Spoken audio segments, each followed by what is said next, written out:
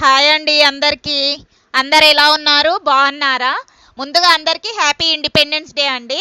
మరియు 4వ శ్రావణ శుక్రవారం శుభాకాంక్షలు అండి అందరికీ. అందరు బాగుండాలని కోరుకుంటున్నాను. ఇక్కడ మా పాప కూడా మీకు అందరికీ ఇండిపెండెన్స్ డే విషెస్ చెప్తుందండి. ఈరోజు నేను మీకు ఒక రెసిపీ షేర్ చేసుకోవాలనుకుంటున్నాను. ఇది అందరికీ తెలిసిందేనేమో, కాకపోతే నా స్టైల్లో షేర్ చేసుకోవాలనిపించిందండి. తెలిసిన వాళ్ళు ఉంటే స్కిప్ చేసేయండి అండి. ఏంటి అంటే సోరకాయ అప్పాలండి.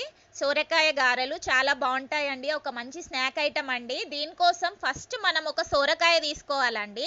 సోరకాయని మంచిగా పొట్టు తీసేసి దాన్ని మంచిగా గ్రేట్ అన్న చేసుకోవాలి. గ్రేటర్ పైన, లేకపోతే మిక్సీ అన్న పట్టుకోవచ్చండి. మనము పట్టుకున్న ఒక మంచి ముద్దలా చేసుకోవాలి ఆ సోరకాయను. చేసుకున్నాక మనము దానికి తగినంత క్వాంటిటీలో మనకు సరిపడా బియ్యపు పిండి తీసుకోవాలండి. తీసుకొని బియ్యపు పిండిలో మనము నువ్వులు, ఓమ, శనగపప్పు,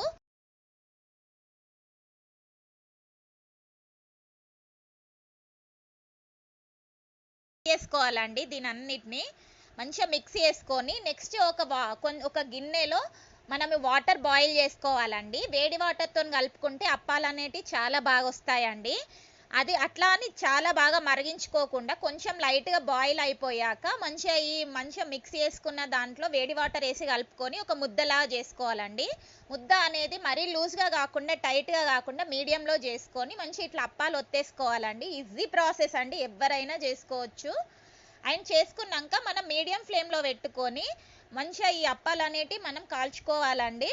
చాలా బాగున్నాయండి, టేస్ట్ కూడా మా ఇంట్లో అందరికీ నచ్చాయి ఇవి. మీరు కూడా ట్రై చేసి చూడండి. ఎవరైనా తెలిసిన వాళ్ళు ఉంటే స్కిప్ చేసేయండి. నాకు తెలిసి అందరికీ తెలిసే ఉంటుందండి ఇది. ఇంకా ఆ రోజు అయితే చాలా బాగా వచ్చాయి మాకు. ఈ సీజన్లో, ఈ రైనీ సీజన్లో ఏదైనా తినాలనిపిస్తుంది కదా, స్నాక్ కారం కారంగా ఇట్లా చేసుకుంటే చాలా బాగుంటుందండి మనకు కూడా. ఇంకా ఆ రోజే మేము మళ్ళీ ఏంటంటే బూందీ కూడా చేసామండి. పిల్లలకి ఇంకా ఏం స్నాక్స్ ఉండట్లేదని బూందీ కూడా చేసుకున్నాము మేము. బూందీ అందరికీ తెలిసే ఉంటుందండి. మనం శనగపిండిలో కొంచెం కారం, లైట్గా ఉప్పు, పసుపు, నెక్స్ట్ మనము అవసరం అనిపిస్తే ధనియాల పొడి కూడా మిక్స్ చేసుకోవచ్చు. మేము మిక్స్ చేసుకున్నామండి ఇక్కడ.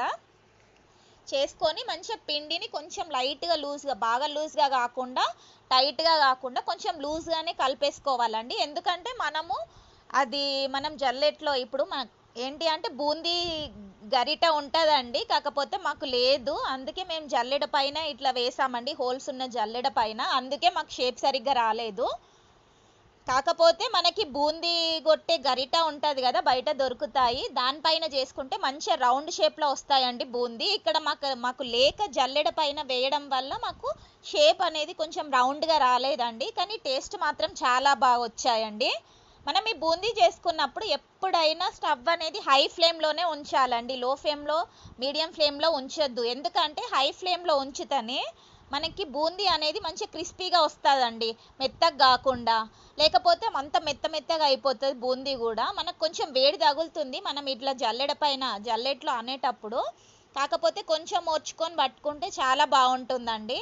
మాకు ఇక్కడ చాలా బాగా వచ్చిందండి, క్రిస్పీగా వచ్చాయి. పిల్లలు కూడా చాలా ఇష్టంగా తిన్నారండి. ఇదిగోండి మా బూందీ రెడీ అయిపోయింది. షేప్ అవుట్ అయింది కానీ చాలా బాగుంది టేస్ట్. థ్యాంక్ యూ అండి, థ్యాంక్ యూ సో మచ్.